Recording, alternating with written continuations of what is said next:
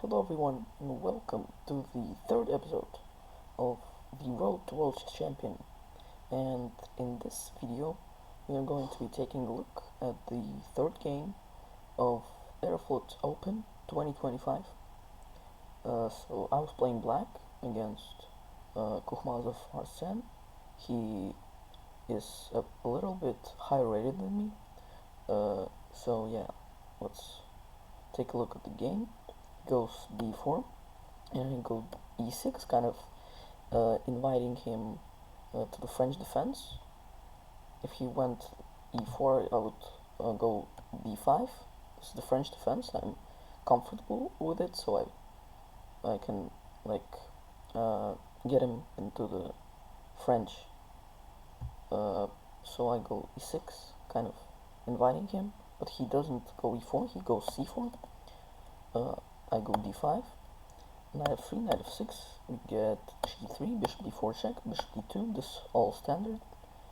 Here, bishop e7, bishop g2, main line, castles, knight bd7, queen c2, we get c6, bishop f4. Now I play this move a5, kind of a very positional style play.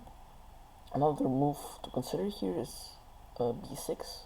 b6 is a little bit more drawish tendencies, I would say. And in this game, I wanted to kind of fight for the win more than make a draw. So I went a5, and he responds with h4. Now this is a bit funny here. It's like I go h5, he goes h4, and if you don't know who is playing this game, you might think like, oh, like 700s are playing this ridiculous chess, but actually, if you look at it closer, you kind of understand that black is trying to just take space on the queen side, and white is trying to maybe control the g5 square and take space on the king side. So it's not like dubious, it's actually pretty good by both sides. I go h6, kind of just stopping all these h5, h6s, and also taking control of g5 square in some variations. He goes knight bd2, knight h5, kind of standard maneuver here with the knight attacking the bishop. And if the bishop goes to e3, let's say, I go f5, and I already have a very pleasant position. Now f4 is coming, maybe g5, f4, and this bishop is kind of very weak here on this e3 square. So that's why he goes e3. I proceed my plan with a4, taking the space on the queen side. He goes rook a to c1, and here I make a mistake with pawn to b5. Again, it was better to go pawn to b6, kind of more waiting style, positional style. And for example, one of the variations was like rook to d1, bishop d7, c takes d5, knight takes f4, he takes f4, c takes d5, f5, and like we get this very equal position with the pawn structure, with the symmetrical pawn structure here, which I didn't really want to, because as I said already, I was trying to kind of play for a win. So I went this very aggressive move b5. He closes up the position with c5, and now b5 is a mistake because he goes c5, and my bishop on c8 is very dubious because it doesn't really have a job, let's say. It's just stuck in here with its own pawns. So yeah, I go bishop b7, kind of just continuing the development, maybe in some variations protecting the c6 pawn, maybe getting the a8 rook into the game, just like continuing the development. He goes rook f to e1, Also, continuing his development, I go rook to e8. The game continues with knight to f1, knight to f8. Instead of knight to f8, I could have played f5, which is an interesting move, because like you see, the knight went away from the center to f1, so we can take advantage of that with f5, which is a pretty common theme in a lot of positions, which you might want to learn actually.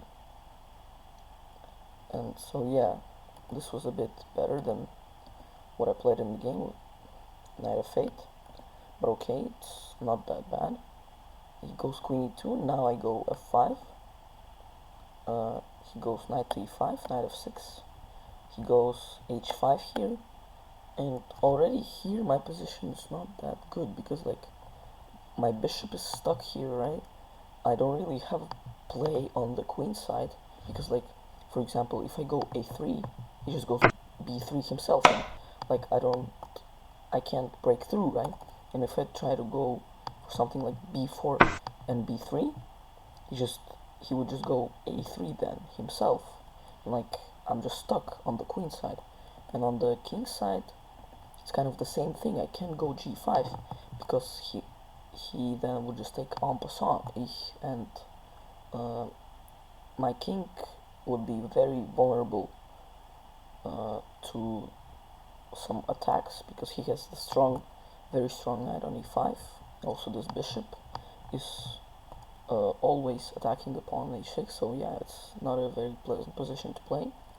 I went for knight to e4, kind of maybe trying to take control, just making an outpost for the knight. He goes knight h2, kind of bringing the knight into the game, maybe g4. Maybe g4, maybe knight f3. I go bishop to f6, planning to continue with knight d7 and kick this knight away. He goes knight h to f3.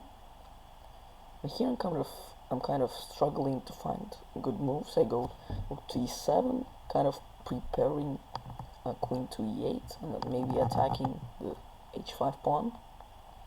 He goes knight to d3, kind of preparing to go to e5 with the f knight, because if he doesn't, let's say he makes just some random move, king h2 for example, then I just would go queen to e8, and now this pawn is very weak, and he can't really protect it that well, because if he goes for something like knight g1, maybe I can go bishop g5 and then knight f6, putting more pressure on the pawn, or maybe even knight d7, because the knight from f3 went to g1, so the control of the e5 square became weaker. But okay, yeah, he goes knight d3, good move. I go queen e8, knight f to e5, knight g5, kind of bringing the knight to f7 and trying to take control of the e5 square. And here he goes g4, breaking through on the king side. I go g6, because if I take, he would just take on g4 with the knight, and just maybe trying to take the bishop on f6. So because I can't take the pawn on h5, because then he would just take on f6. And it's a check, and if I take, he just takes the queen, and he's winning. So that's why I go g6. He goes bishop to h2, kind of prophylactical move. I take on h5, takes on h5. Rook to g7, king h1, king h7. Both sides are like just slowly bringing the pieces into the game. Maybe like queen e7, knight d7, rook g8 next, trying to take control of the g file. He goes rook to g1, knight d7. He goes knight g6. This is a very unpleasant move for black, because like I want to control the g5, but with the knight on g6 it's really hard to do. and it's really hard to kick the knight away from g6, because for example if I go knight f8, he would just go knight f4, and if I take, he would take with the knight, or maybe even with the pawn would be better. And it's really hard to break through the g file because he just had a piece on g6, right?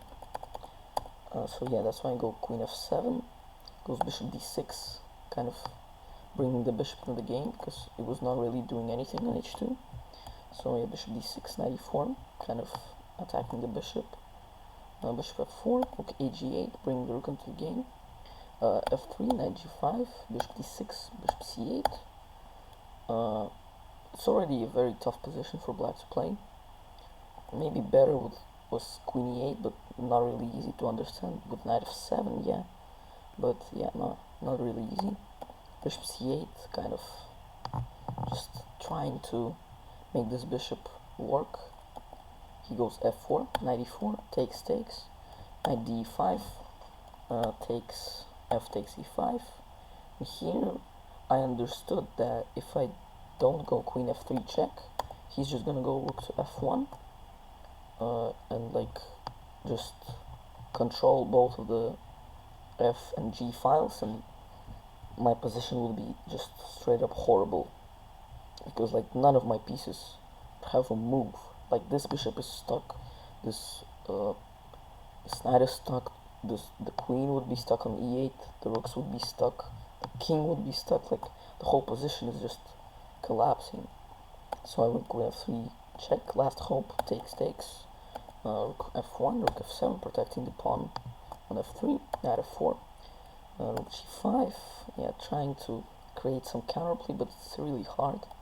Takes on f3, knight f8, rook g3, takes, rook f5, bishop e7, rook f7, just, I was also pretty low on time at this moment, so I was just trying to play fast and maybe flag him, actually. So yeah, I was playing pretty fast at this moment. Bishop f6, knight d7, rook g6, knight f8. Here he goes king g2, kind of nice tactical move, because I can't really take, because king takes g, and then he just takes the rook and he's up a knight. And so yeah, I just try to create something with b4, like some counterplay, maybe a3, maybe bishop e6, bishop c4. He goes king f2, I go bishop a6, he goes a3. A3 is a nice prophylactical move, trying to stop all these like a3 and bishop c4 ideas. So yeah, takes, rook b7, rook g1, bishop c4, king f3. Here I go bishop a2, trying to maybe get this bishop to e4. And if I manage to get the bishop to e4, I will actually be holding on for the draw, I think, because the bishop would be just so strong on this square, kind of controlling the g6 square, controlling the b1 square, like controlling this whole diagonal. But the thing is, I'm not in time to kind of get this bishop on the e4 square. And in chess, a lot of times it's a game of one tempo, because like imagine it was black's move, and here I would go bishop to b1, and next move bishop to e4, and it's already like a draw. But chess, it's a lot of times just the one tempo that matters, the one tempo that separates a lose from a draw or from a win. So, but yeah, he gets this move knight g6 in, and my bishop is not in b1, so I can't really take this knight. But like I don't have anything else to do. For example, if I go like rook f7, he would just take. Go rook g7, and have all these deadly attacks on the king.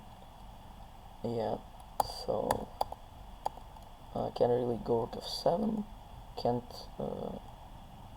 really go knight d7, because like he would just probably go bishop to e7, or maybe even knight to e7, kind of threatening rook g7 and knight g6 mate.